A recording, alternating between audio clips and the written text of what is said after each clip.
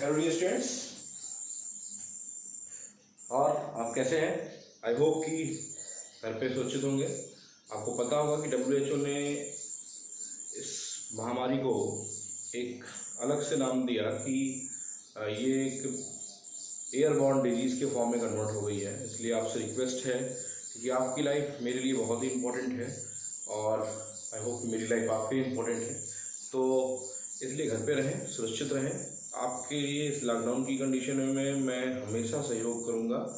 इसलिए रिक्वेस्ट है, घर पे रहें, सुरक्षित रहें, अपने से बड़ों को समझाएं, उनको मास्क लगाने के लिए मोटिवेट करें और मास्क अच्छा सा मास्क बनवाएं जो कि पूरी की पूरी नोज़ और माउथ पूरे को ढके। ठीक है, ये तो हो गया एक अवेयरनेस। आज हम स्टार्ट करने वाले थे कंपोजिशन वेपर फेज। क्या स्टार्ट करने वाले थे? कंपोजिशन इन वेपर फेज, ये टॉपिक स्टार्ट करने वाले थे। अगर आपको याद हो तो कल हम लोगों ने पढ़ा था, अगर आपसे क्वेश्चन पुटअप करता है, अब मान लीजिए वोलाटाइल लिक्विड,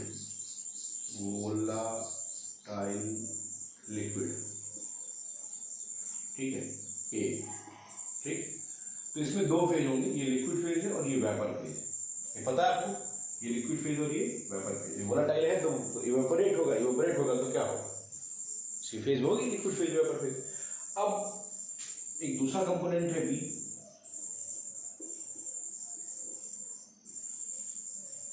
ये भी वोलाटाइल लिक्विड है, इसमें भी लिक्विड फेज होगी और वेपर फेज होगी। ये मैं पहले बता चुका हूँ, दो फेजेस होती है।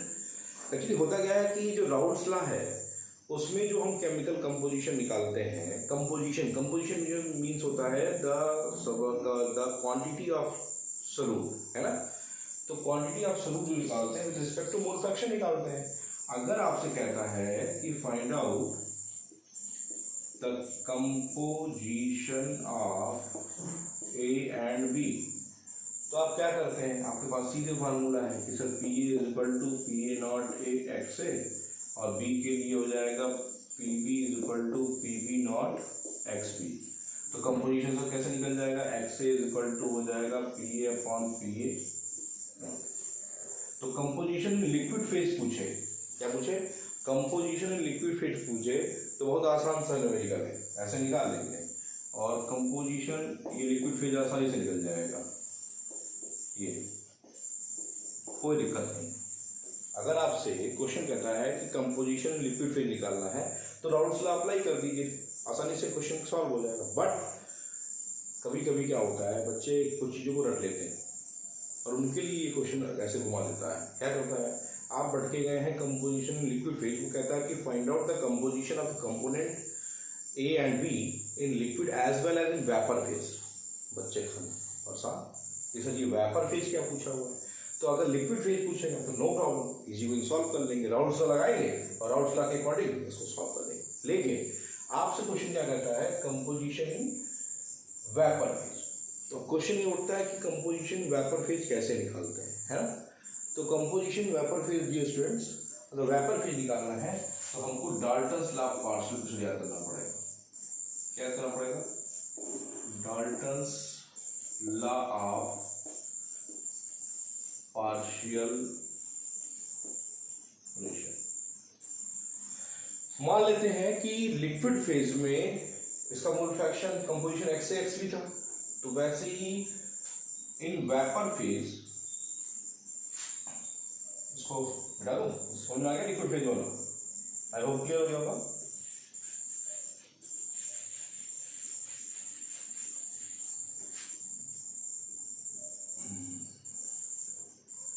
In vapor phase,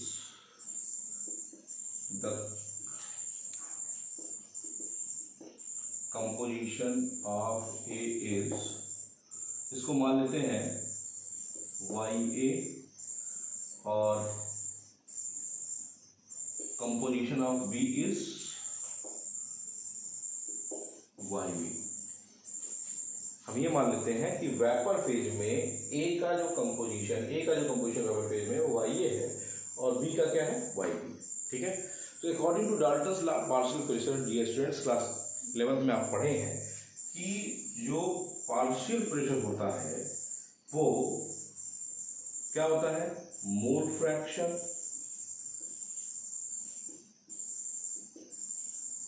multiplied by total pressure होता है। क्या होता है, टोटल प्रेशर होता है। ये मोल फ्रैक्शन क्या होता है, mole fraction in vapour phase, vapour phase, ये है पार्शियल वेपर प्रेशर। तो पार्शियल वेपर प्रेशर जो होता है वो किसके बराबर होता है, mole fraction into total pressure. किसके, mole fraction into total pressure. तो जरा बताइए टोटल प्रेशर कैसे मिलेगा, या तो आपको गिवन होगा या फिर क्या है, आप पी निकालेंगे, यहाँ से पी भी निकालेंगे, तो पी टोटल क्या हो जाएगा डियर स्टूडेंट, जल्दी बताइए, P total is equal to हो जाएगा P A plus P B. तो पी टोटल तो मिल जाएगा, ठीक है। और mole fraction in vapour phase, तो mole fraction in vapour phase देखिए वाई ए वाई भी मान रखे हैं, तो आइए हो गया क्वेश्चन, लग गया आपका आंसर। क्या हो जाएगा, y A is equal to, sorry, P A is equal to y A multiplied by P T, P T मतलब पी टोटल, ठीक है। ऐसे P B is equal to हो जाएगा y B multiplied by P total. तो composition of A क्या हो जाएगा vapour phase, Y is equal to हो गया P A upon P total, और y B is equal to हो गया P B upon P total. तो कंपोजिशन वेपर फेज क्या होता है, फार्मूला डियर स्टूडेंट्स, बात समझ में आ रही कि नहीं आ रही है। क्या, वेपर फेज में अगर हमने मान लिया कंपोजिशन का ए वाई है और इसका क्या है वाई बी है, तो कोई प्रॉब्लम नहीं है। तो डाल्टन्स लॉ पार्शियल प्रेशर के अकॉर्डिंग क्या होता है कि पार्शियल प्रेशर जो होता है वो mole fraction vapour phase into total pressure होता है। क्लियर है। तो हमने क्या कर दिया, इसका पार्शियल प्रेशर क्या हो जाएगा पी ए, इसका केमिकल कंपोजिशन कितना है वाई ए रख दिए। ये ध्यान रखिएगा मेरे भाई कि यहाँ पे ये मोल फ्रैक्शन है, लेकिन मोल फ्रैक्शन कौन वाला है, वेपर फेज। ध्यान रखिएगा राउल्ट्स लॉ में मोल फ्रैक्शन कौन सा वाला है, मोल फ्रैक्शन इन लिक्विड फेज। कंपैरेटिव पढ़ेंगे तो याद रहेगा, डाल्टन्स लॉ के अकॉर्डिंग सॉल्व करेंगे तो mole fraction in vapour phase मिलेगा, और अगर किसके अकॉर्डिंग सॉल्व करेंगे, राउल्ट्स लॉ के अकॉर्डिंग सॉल्व करेंगे तो मोल फ्रैक्शन इन क्या मिलेगा, मोल फ्रैक्शन इन लिक्विड फेज मिलेगा। दोनों में डिफरेंस है, ध्यान रखिएगा। तो फाइनल फार्मूला हो गया कि मोल फ्रैक्शन आपको कह दिया गया कि कंपोजिशन वेपर फेज का फार्मूला क्या होता है, तो आप सीधे बोलेंगे composition vapour phase is equal to, note करिए, composition in vapour phase is equal to the partial pressure of the component, upon या divided by the total pressure of the solution,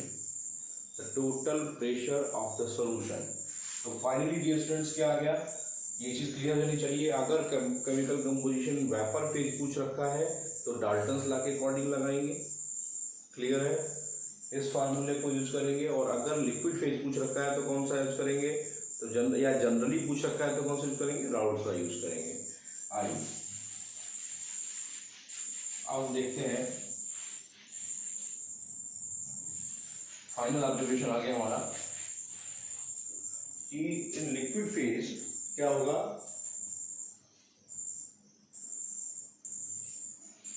तो फाइनली क्या हो गया कि वेपर प्रेशर, या यूं कह लीजिए composition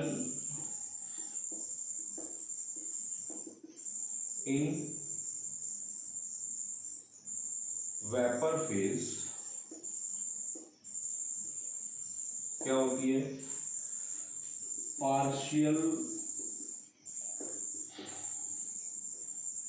pressure of component upon total pressure of solution. Clear है। फार्मूला एक बार याद रखिएगा, y A is equal to P A upon P T, या y B is equal to P A upon P B upon P T. ये कब होगा? In vapour phase. और अगर लिक्विड फेज पूछेगा तब क्या हो जाएगा, जल्दी बता दीजिए। XA is equal to PA upon PA naught, और ये क्या हो जाएगा? XB to PB naught. अगर इन दोनों को कहा जाए तो ये composition, it is the composition of component in vapour phase है। और ये क्या है? Composition of component in liquid phase. Clear है? तो वेपर फेज पूछेगा तो इस पे लगेगा पीटी से डिवाइड करना है, कुछ नहीं करना है। अगर दोनों को देखिए तो दोनों का सबका कैलकुलेशन सेम है, बस अंतर सिर्फ इतना है, यहाँ पीटी से डिवाइड करना है, मतलब टोटल प्रेशर से डिवाइड करना है, और यहाँ किसे डिवाइड करना है? यहाँ vapour pressure of pure component से डिवाइड करना है। क्लियर है? कोई प्रॉब्लम? चलिए सो नोट कर लीजिए जल्दी से। ये किस लॉ के अकॉर्डिंग हुआ है? Dalton's law of partial pressure, DLP के अकॉर्डिंग। और ये किसके अकॉर्डिंग हुआ है? ये routes law of partial pressure. Clear है दोनों डिफरेंस? आरएलपी और डीएलपी। वेपर फेज पूछेगा तो ये, और लिक्विड फेज पूछेगा तो ये। नोट कर लीजिए। तो आइए इस पे न्यूमेरिकल लगाते हैं। क्वेश्चन आया हुआ है एनसीईआरटी का ही है, तो आइए लगा भी लेते हैं उसको, जिससे क्या होगा, कॉन्सेप्ट क्लियर हो जाएगा।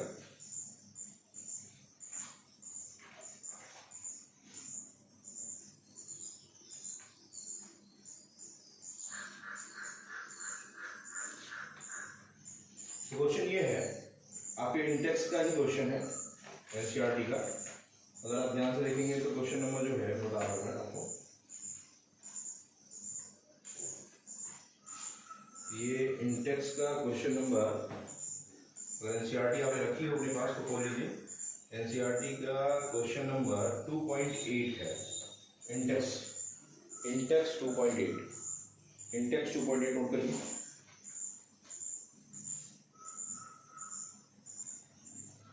इंटेक्स 2.8, इंटेक्स 2.8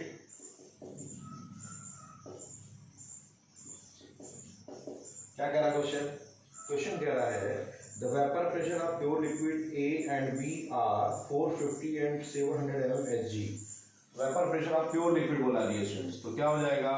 P नॉट दिया है सर और PV नॉट दिया है। P नॉट दिया है 450 mmHg और PV नॉट दिया है 700 mmHg, 700 mmHg। ध्यान रखिएगा, अगर बोलेगा प्योर लिक्विड तो इसका मतलब प्योर कंपोनेंट की बात किया है।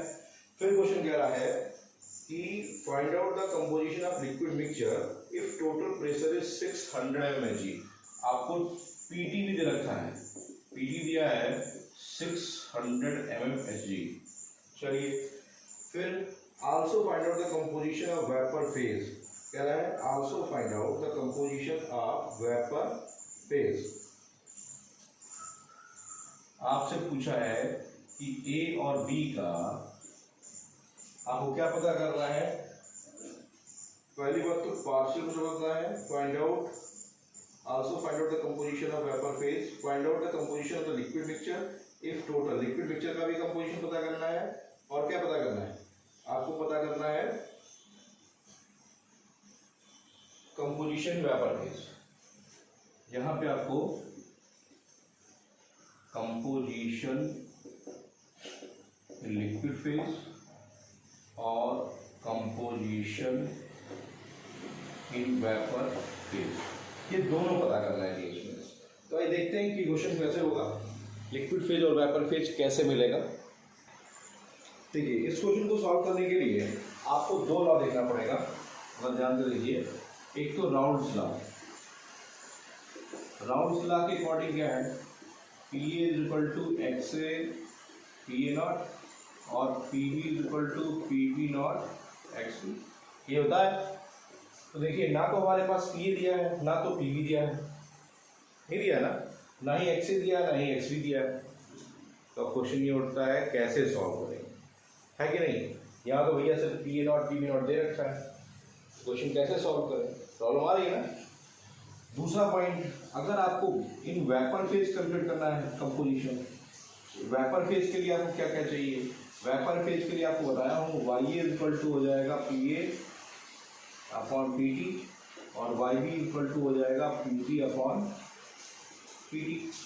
तो ना तो वाई ए पता है वाई बी, तो ये दोनों पता करना है, तो इसके लिए पहले हमें क्या निकालना पड़ेगा, पी ए और पी बी। मतलब फिर हो गया कि हमको यहाँ पे चार चीज़ों को फाइंड आउट करना पड़ेगा। क्या क्या पता करना पड़ेगा, पी ए पी बी पता करना ही पड़ेगा, एक्स ए एक्स बी पता करना पड़ेगा। अगर ये मिल गया तो हमारा ये क्वेश्चन सॉल्व हो जाएगा, है कि नहीं। तो चलिए जो दिया है उससे स्टार्ट करते हैं। पी टी दिया है ना, जो दिया होता है उसे स्टार्ट करते हैं, ठीक है। तो P total is equal to क्या होता है dear students, P total is equal to according to Dalton's law of partial pressure P A plus P B होता है या नहीं होता है, पढ़े कि नहीं पढ़े, जल्दी बताइए, पढ़े ना। चलिए राउल्स लॉ के अकॉर्डिंग क्या होता है, according to Dalton's law, Dalton's law के अकॉर्डिंग ये होता है। तो P T is equal to हो जाएगा, पी ए की जगह पे क्या ले सकते हैं, पी ए की जगह पे ले सकते हैं, नहीं ले सकते हैं, तो क्या हो जाएगा P A naught x A plus P B naught x B. Clear है। अब फिर देखिए वही काम करेंगे, एक्स बी इक्वल टू क्या ले सकते हैं, वन माइनस एक्स ए ले सकते हैं, नहीं ले सकते हैं, जल्दी बताइए कैसे लिखेंगे भाई, x A plus x B equal to one, तो एक्स ए इक्वल टू क्या, x B equal to one minus x A, तो वैल्यू रखिए P A naught x A P B naught one minus x A. Clear है। चलिए जो value दी है put करते जाइए, पी टी की वैल्यू कितनी 600, चलिए पी ए नॉट की वैल्यू कितनी, पी ए नॉट की value 450 X A plus P B naught की वैल्यू कितनी, पी बी नॉट की value 700 one minus X. Clear. इसको सॉल्व करिए, 600 is equal to 450 X A plus 700 minus x A into 700। इसको आप ऐसे लिख सकते हैं 450 X A plus 700 minus 700 X A. Clear कि नहीं क्लियर है, जल्दी बताइए। अब ये देखिए, ये 700 ये 600 बचा कितना 100, ये 450 ये 700 250 बचा कि नहीं बचा 250 एक्स इज इक्वल टू ये, जल्दी बताइए एक्स इज इक्वल टू कितना हो जाएगा 100 अपॉन 250 दैट इज 0.4। तो एक्स ए कितना आ गया, जल्दी बताइए, एक्स ए आ गया आपका 0.4। तो एक्स बी कितना हो जाएगा, जल्दी बताइए, X B equal to one minus x A, that is 1 minus 0.4 that is 0.6। तो ये हो गया और ये हो गया। क्लियर हो गया कि हमको जो दिया था हमने उसी से स्टार्ट किया। क्वेश्चन बहुत इंपॉर्टेंट है, बोर्ड में कई बार पूछा गया। फिर से एक बार क्वेश्चन डिस्कस करूंगा आपसे। आपको पी ए नॉट और पी बी नॉट मतलब vapour pressure of pure component दे रखा था, पी टी दे रखा था, आपसे कंपोजिशन लिक्विड फेज और कंपोजिशन वेपर फेज पूछ रहा था। आपने पहले क्या किया, राउल्स लॉ और डाल्टन्स लॉ के अकॉर्डिंग लिक्विड फेज और वेपर फेज का कंपोजिशन देखने का प्रयास किया। आपके पास जो था वो उसको सॉल्व किया। P total is equal to P A plus P B होता है, पी ए राउल्स लॉ के अकॉर्डिंग ये होता है और पी बी की वैल्यू ये होती है, वैल्यू उठा के पुटअप कर दिए। हमने क्या कर दिया, क्योंकि हमको कंपोजिशन पहले एक्स से एक्स बी निकाला था तो निकाल दिया, निकल गया कि नहीं निकल गया। अब आपका क्वेश्चन आसान हो गया, क्यों, पहले तो पी ए निकल जाएगा आपका यहाँ से। P A is equal to क्या पढ़े हैं आप, पी इज इक्वल टू आप पढ़े हैं पी नॉट एक्स, जल्दी जल्दी निकालिए। पी नॉट की वैल्यू कितनी, जल्दी बोलिए, पी नॉट की वैल्यू 450, एक्स की वैल्यू कितनी 0.4, तो पी नॉट कितना आ गया, पी नॉट आ गया एग्जैक्टली 180 mmHg, 180 mmHg। और P B naught, P naught करो P A, P B equal to क्या हो जाएगा, P B naught x B, P B naught की वैल्यू कितनी 700, एक्स बी की वैल्यू कितनी 0.6, 420, कितना हो गया 420 mmHg। इस तरीके से आपने देख लिया कि वैल्यू को कैलकुलेट करके हमने यहाँ क्या फाइंड आउट कर लिया, पी ए की वैल्यू मिल गई कितनी भैया 180 mmHg और पी बी की वैल्यू मिल गई 420 mmHg। क्लियर है कि नहीं क्लियर है। हमने क्या किया, पहला P total equal to P A plus P B में वैल्यू पुटअप करके पहले क्या फाइंड आउट कर लिया, एक्स से एक्स भी फाइंड आउट कर लिया। फिर राउल्स लॉ के अकॉर्डिंग फार्मूले में P A equal to P A naught X से वैल्यू का पी ए मिल गया, पी बी मिल गया 700 इंटू 0.6, तो पी ए पी बी मिल गया कि नहीं मिल गया? तो पी ए पी बी की वैल्यू भी सॉल्व कर लिए कि नहीं कर लिए? अब देखिए पी ए पी बी की वैल्यू रख के सॉल्व कर लिए। अब ये पहला वाला पोर्शन हो चुका, तो कंपोजिशन लिक्विड फेज क्या है 0.4 और 0.6 मिला कि नहीं मिला? और पी ए पी बी की वैल्यू पूछा था तो वो भी लगा देते हैं, आ गया आंसर। ठीक है, तो एक आंसर ये आ गया पी ए इक्वल टू वाला, अरे सॉरी ये आ गया, और पी बी इक्वल टू ये आ गया। लेकिन दूसरा पार्ट हमारा बाकी, ये पहला पार्ट था तो ये दूसरा पार्ट क्या है? वेपर फेज में कंपोजिशन निकालना है। बहुत आसान है, कुछ नहीं है।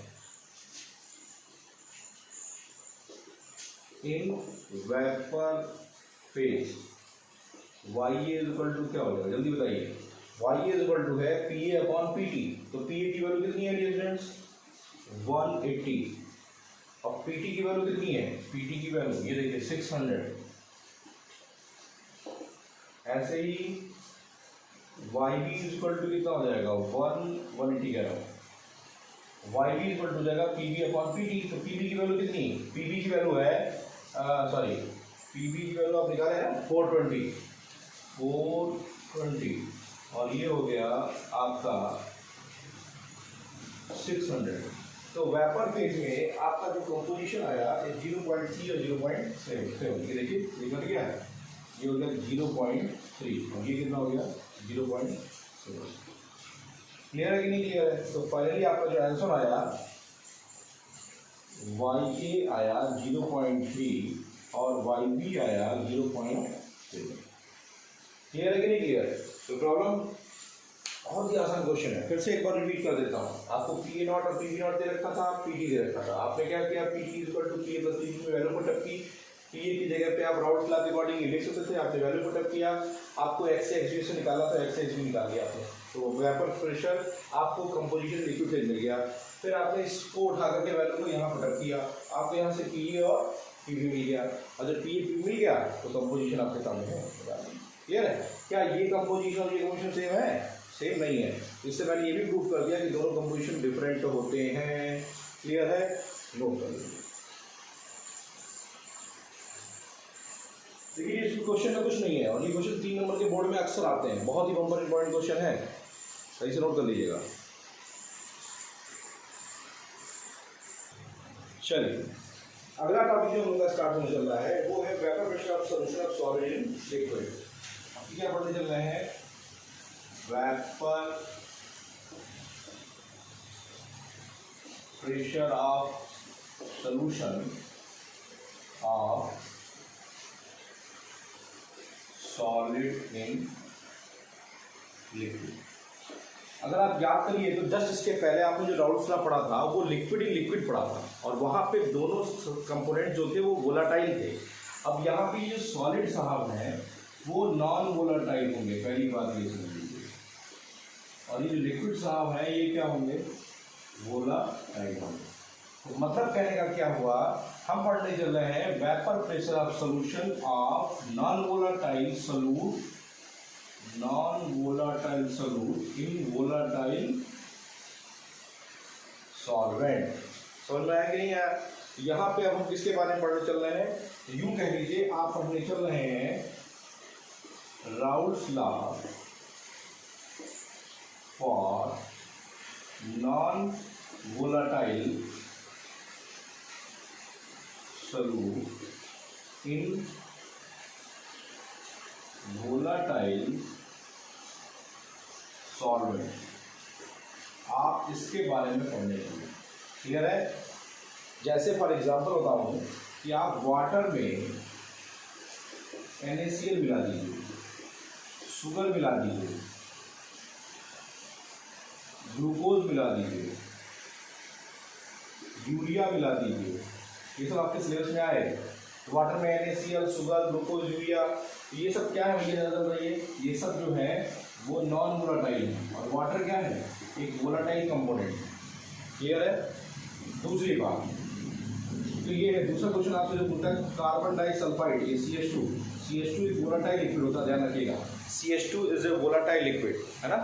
CH2 से वोलेटाइल लिक्विड, और इसमें जो मिलाते हैं आयोडीन या फिर सल्फर मिलाते हैं, ये ध्यान रखिएगा। आयोडीन या सल्फर में CH2 होता है, तो आयोडीन एंड सल्फर क्या है, नॉन वोलेटाइल कंपोनेंट है, और CH2 क्या है, वोलेटाइल कंपोनेंट। क्लियर है? तो इस कॉन्सेप्ट में आपको वोलेटाइल और नॉन वोलेटाइल के बीच में पढ़ना है। इसके पहले आप क्या पढ़े थे, दोनों वोलेटाइल कंपोनेंट थे। ठीक है, चलिए यहाँ पे इस बात का ध्यान देना है डियर स्टूडेंट्स कि कॉन्सेप्ट क्लियर करना बहुत जरूरी है। तो कॉन्सेप्ट कैसे क्लियर होगा, पहली बात तो मुझे आप बताएंगे इवेपोरेशन एक कैसी फिनोमेना है, जो इवेपोरेशन होता है वो किस टाइप की फिनोमेना है, बल्क फिनोमेना है या सरफेस फिनोमेना। आई होप कि आपका आंसर होगा सरफेस फिनोमेना, है ना। चलिए, वी नो दैट, क्या जानते हैं आप, इवेपोरेशन इज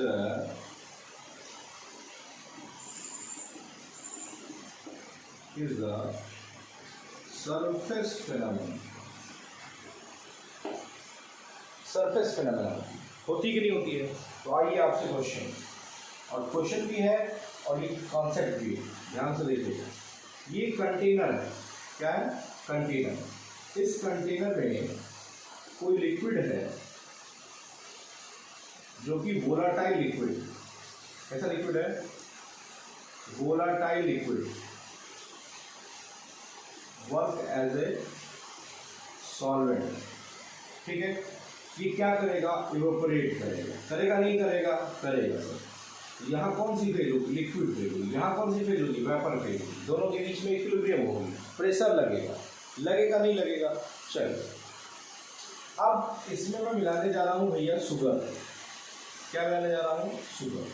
शुगर क्या है, शुगर क्या है, नॉन वोलाटाइल सॉल्यूट है या नहीं है, है। तो आइए मिला दिए भाई। यहां बताइए सरफेस पे कौन से पार्टिकल थे, सिर्फ सॉल्वेंट पार्टिकल थे। कौन से, वली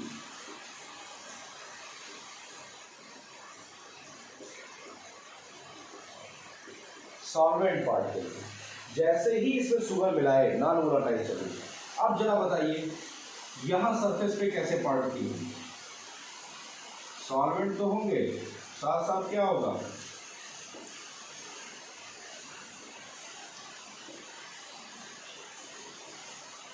यहाँ पे इसको मान लेते हैं ये बी है, तो ए प्लस बी, वेपर प्रेशर अभी भी है, लिक्विड फेज है और वेपर फेज है। लेकिन अब सरफेस पे कौन से पार्टिकल हैं, एट सरफेस कौन कौन से पार्टिकल हैं, जल्दी बोलिए, सॉल्यूट भी है और क्या है, सॉल्वेंट भी। चीनी डिजॉल्व करेंगे सरफेस पर नीचे नहीं चली जाएगी, सरफेस पे भी तो आएगी। अब मुझे बताइए, आपसे क्वेश्चन है कि जैसे ये प्योर कंपोनेंट है, ये क्या है, ये प्योर कंपोनेंट, और ये क्या है आपका सॉल्यूशन। ठीक है, मतलब जब कोई वोलेटाइल लिक्विड मतलब सॉल्वेंट था, उस समय जो वेपर प्रेशर होगा, वेपर प्रेशर ऑफ सॉल्वेंट, ठीक, और वेपर प्रेशर ऑफ सॉल्यूशन। अगर मैं आपसे कहूं कि वेपर प्रेशर ऑफ सॉल्वेंट और वेपर प्रेशर ऑफ सॉल्यूशन, इन दोनों कंडीशन में जल्दी से बताइए कौन ज्यादा होगा, वेपर प्रेशर सॉल्यूशन का ज्यादा होगा या सॉल्वेंट का ज्यादा होगा, जल्दी बता दीजिए। देखिए, यही चीज हमको समझना है। आपका आंसर आई होप यही होना चाहिए कि सर जनरल ऑब्जर्वेशन बोलेंगे सर सॉल्यूशन का होगा, नहीं, किसका होगा, सॉल्वेंट होगा। क्यों, क्योंकि यहाँ पे सिर्फ सॉल्वेंट मॉलिक्यूल है और ये सब के सब वोलाटाइल नेचर के हैं, मतलब इनकी एस्केपिंग टेंडेंसी है।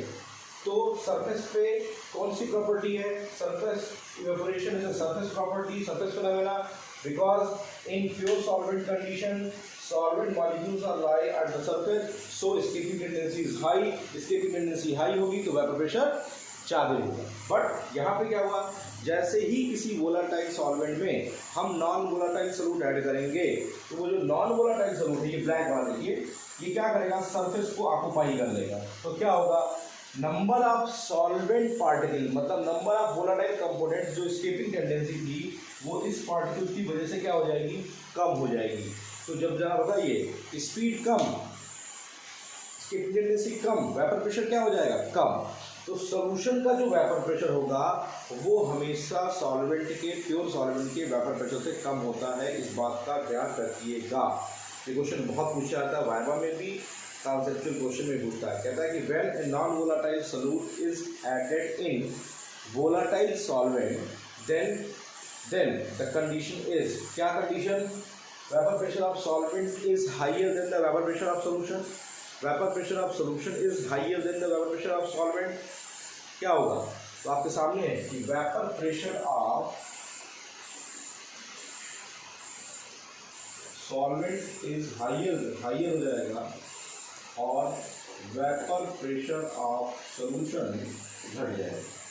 वेपर प्रेशर ऑफ सॉल्यूशन क्यों बढ़ जाएगा, क्योंकि यहाँ पे नॉन वोलेटाइल सॉल्यूट है और वो सरफेस ऑक्यूपाई कर रहा है।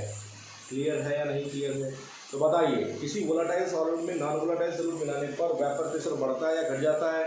सर घट जाता है। क्यों घट जाता है, क्योंकि sir evaporation is a surface phenomena in case of pure solvent only at the surface only solvent particles are present, so escaping tendency is high, escaping tendency is high means evaporation rate is high, so vapor pressure is high. But in case of when we added a non-volatile solvent, a solute in a volatile solvent, then what happened, then at the surface solute as well as solvent particles occupy, so during evaporation only solvent particles get evaporate, solvent particle doesn't. It means that they prevent the escape, yeah, they slow down the escaping tendency of solvent particles. It means that escaping tendency is slow, vapor pressure is low. Clear, कोई problem. तो ये concept clear होना चाहिए आपका कि जब किसी non volatile solute को हम किसी वोलेटाइल सॉल्वेंट में डालते हैं तो वेपर प्रेशर क्या हो जाता है, घट जाता है। क्लियर है, इसको नोट कर लीजिए। कॉन्सेप्ट क्लियर हो गया, जल्दी से नोट कर लीजिए, जल्दी से नोट करिए। वेपर प्रेशर बढ़ रहा है घट रहा है, घट रहा है सर, नोट करिए।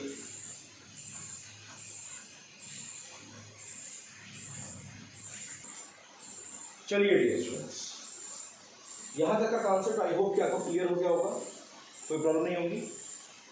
अगर किसी वोलेटाइल सॉल्वेंट में नॉन वोलेटाइल सॉल्वेंट मिलाते हैं तो वेपर प्रेशर क्या हो जाता है, घट जाता है। क्लियर है।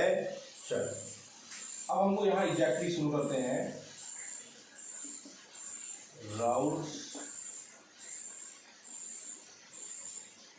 Law for solution containing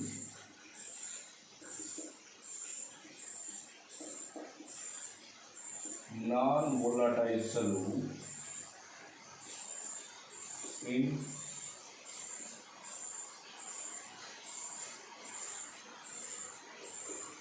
volatile liquid, that is volatile solvent। ठीक है, तो Raoult's law for non solution containing non volatile solute in volatile liquid या सॉल्वेंट के बारे में। ठीक है, चलिए एकदम डायग्रामेटिक पढ़ाएंगे, बिल्कुल रटना नहीं है। ये एक सॉल्वेंट है, वोलेटाइल लिक्विड ऑफ ए है, दैट इज सॉल्वेंट होगा, और ये जो है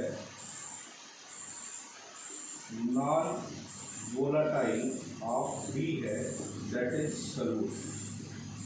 क्लियर है, जल्दी बताइए यहाँ वेपर फेज होगी या नहीं होगी, जल्दी बताइए। होगी। और यहाँ वेपर फेज बताइए, यहाँ वोलेटाइल लिक्विड ए है और ये है नॉन वोलेटाइल लिक्विड बी है। ठीक है, तो जरा बताइए यहाँ मोल फ्रैक्शन कितना हो जाएगा, एक्स बी। यहाँ मोल फ्रैक्शन कितना हो जाएगा, एक्स ए। यहाँ vapour pressure of pure component क्या हो जाएगा, A P not. Vapour pressure of pure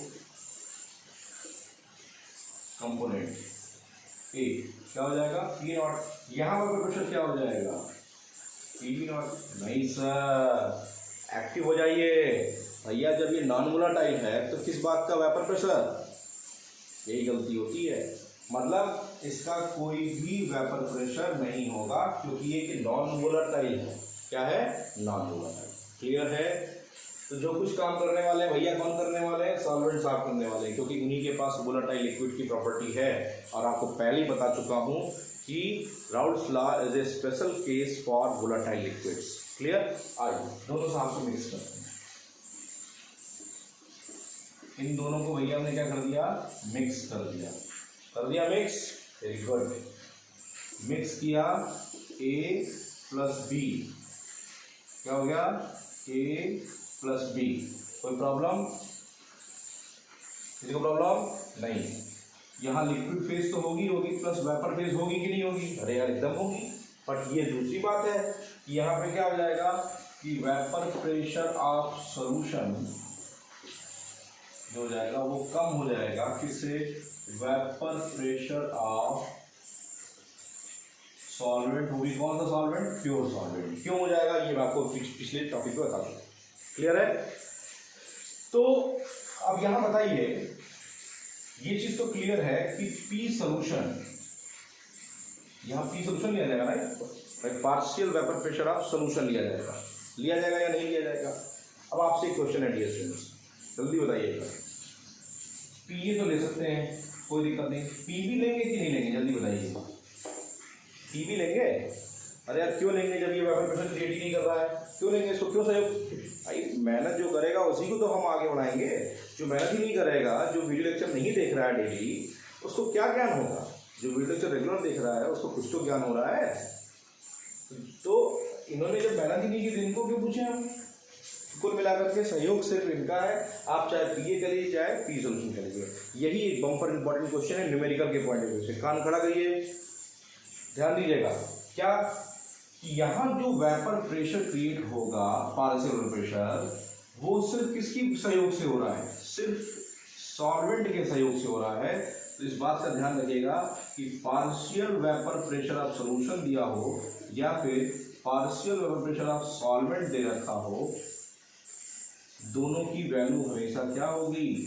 same होगी। मतलब जब किसी वोलाटाइल लिक्विड में नॉन वोलाटाइल सॉल्यूट मिलाते हैं तो जो पूरे सॉल्यूशन का वेपर प्रेशर बनता है वो सॉल्वेंट के पार्शियल वेपर प्रेशर के बराबर होता है। क्यों बराबर होता है? क्योंकि यहाँ पे जो कंट्रीब्यूशन है वो सिर्फ A का है, B का है ही नहीं है, तो P टोटल की बात ही नहीं आएगी। क्लियर है? यहाँ न्यूमेरिकल के लिए इंपॉर्टेंट डियर स्टूडेंट्स, आपसे कहता है कि एक सॉल्यूट है, क्या कह देगा कि वाटर में NaCl ऐड किया जाता है तो partial vapour pressure of solvent दिया हुआ है, तो लोग कंफ्यूज होते हैं, सर सॉल्यूशन का तो वेपर प्रेशर दिया ही नहीं है।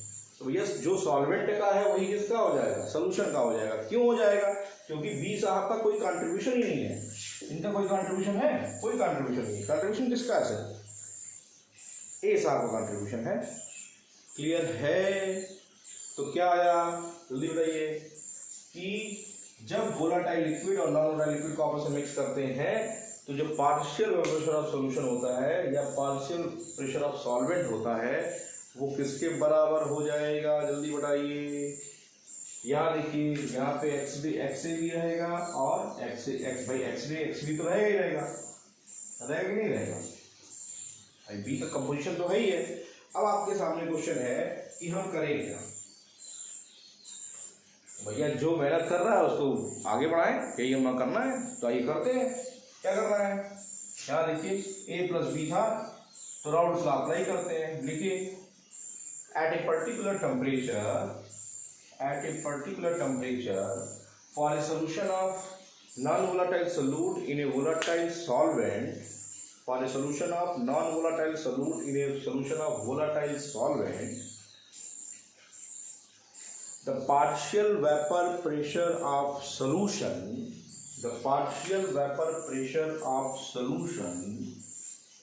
is directly proportional to अब देखिए यहाँ ध्यान देना है, the partial vapour pressure of solution को आप पार्शियल वेपर प्रेशर पे ए भी लिख सकते हैं। स्टेटमेंट में ध्यान रखिएगा, क्या लिखते हैं? The partial vapour pressure of solution या partial vapour pressure of solvent is directly proportional to the mole fraction of volatile component. तो वोलाटाइल कंपोनेंट कौन सा था, वोलाटाइल कंपोनेंट कौन था, एक्स था कि एक्स भी था, भाई ए था, तो क्या हो जाएगा एक्स से। ठीक है, तो स्टेटमेंट लिख लीजिए स्टूडेंट्स, क्या है स्टेटमेंट है, at a given temperature, at a given temperature the vapor pressure of a solution, the vapor pressure of a solution containing non-volatile solute, containing non-volatile solute is directly proportional to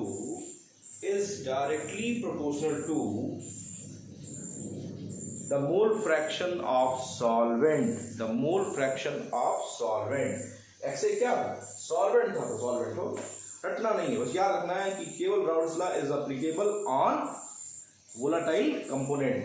ये चीज ध्यान रखिएगा कि P solution x से हो जाएगा या P is equal to X से हो जाएगा। ठीक है, तो पार्शियल प्रेशर ऑफ सोल्यूशन या partial pressure of component A is directly proportional to X से या क्लियर। प्रोपोर्शनलिटी कांस्टेंट है, तो P solution is equal to क्या हो जाएगा, पी ए नॉट एक्स से, यहां पे क्या हो जाएगा पी इज इक्वल टू क्या हो जाएगा पी ए नॉट। कोई प्रॉब्लम, कहेंगे सर बी साहब को तो आपने एकदम किंदा दिया किंदाया नहीं हो गया, आएंगे परेशान मत होइए, फिलहाल अभी ये समझने की जरूरत है, ये पी सोल्यूशन ही क्यों लिए, ये समझ में आया, पी ए ही क्यों लिए, पी वी क्यों नहीं लिए, क्योंकि वो वोलाटाइल नहीं, नॉन वोलाटाइल। ठीक है, तो जब किसी वोलाटाइल लिक्विड में नॉन वोलाटाइल फ्लूइड ऐड करते हैं तो क्या होता है, at a temperature the partial pressure of solution, partial pressure of solvent for volatile liquids is directly proportional to volatile liquid dissolve, non-volatile solute dissolved in volatile liquids is directly proportional to the mole fraction of solvent। अगर इसको ऐसे कहा जाए तो आपके सामने जो observation आ रहा है वो ये आ रहा है कि पी सोल्यूशन जो होता है डायरेक्टली होता है मोल फ्रैक्शन ऑफ सॉल्वेंट के, मतलब वोलाटाइल कंपोनेंट। याद रहेगा भाई, नोट कर लीजिए इसको। स्टेटमेंट क्लियर है, क्यों नहीं क्लियर होगा सर, आपने बताया है। अरे तो मैं कोई भगवान तो बना हूँ, मैं तो आपके लिए सहयोगी हूँ, एक छोटा सा सहयोग कर रहा हूँ इस लॉकडाउन की कंडीशन में। आप घर पे बैठा पढ़ाई कर रहे हैं, मैं यहाँ पे आपको पढ़ा रहा हूँ, मेरा पूरा सहयोग है आपके लिए कि आप मेहनत करें। बस एक चीज़ का ध्यान रखें, मेहनत खाली नहीं जानी चाहिए, उसका कुछ उपयोग होना चाहिए, कुछ सदुपयोग होना चाहिए, तभी फायदा है जीवन में। ठीक है, तो नोट करिए जल्दी से, फिर आगे बढ़े।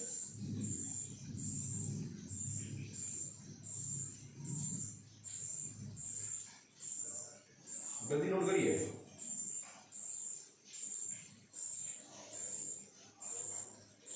तो अगर आपसे कोई पूछे कि जब किसी नॉन वोलाटाइल लिक्विड को वोलाटाइल सॉल्वेंट में डिसॉल्व करते हैं, सॉल्यूट को डिसॉल्व करते हैं वोलाटाइल सॉल्वेंट में, तो वेपर प्रेशर ऑफ सॉल्यूशन और पार्शियल प्रेशर ऑफ सॉल्वेंट दोनों की वैल्यू में क्या डिफरेंस होता है, कहेंगे सर बेवकूफ बना रहे हैं, तो दोनों की वैल्यू सेम होती है। क्यों, क्योंकि वेपर प्रेशर का कंट्रीब्यूशन सिर्फ किसका है, सॉल्वेंट का है। ठीक है, तो फॉर नॉन वोलाटाइल के लिए क्या स्टेटमेंट आएगा, वहां पे मोल फ्रैक्शन ऑफ इंडिविजुअल कंपोनेंट था जहां वोलाटाइल था, यहाँ पे क्या होगा, मोल फ्रैक्शन ऑफ सॉल्वेंट होगा। ठीक, जल्दी से नोट करिए, फिर आगे बढ़ते हैं।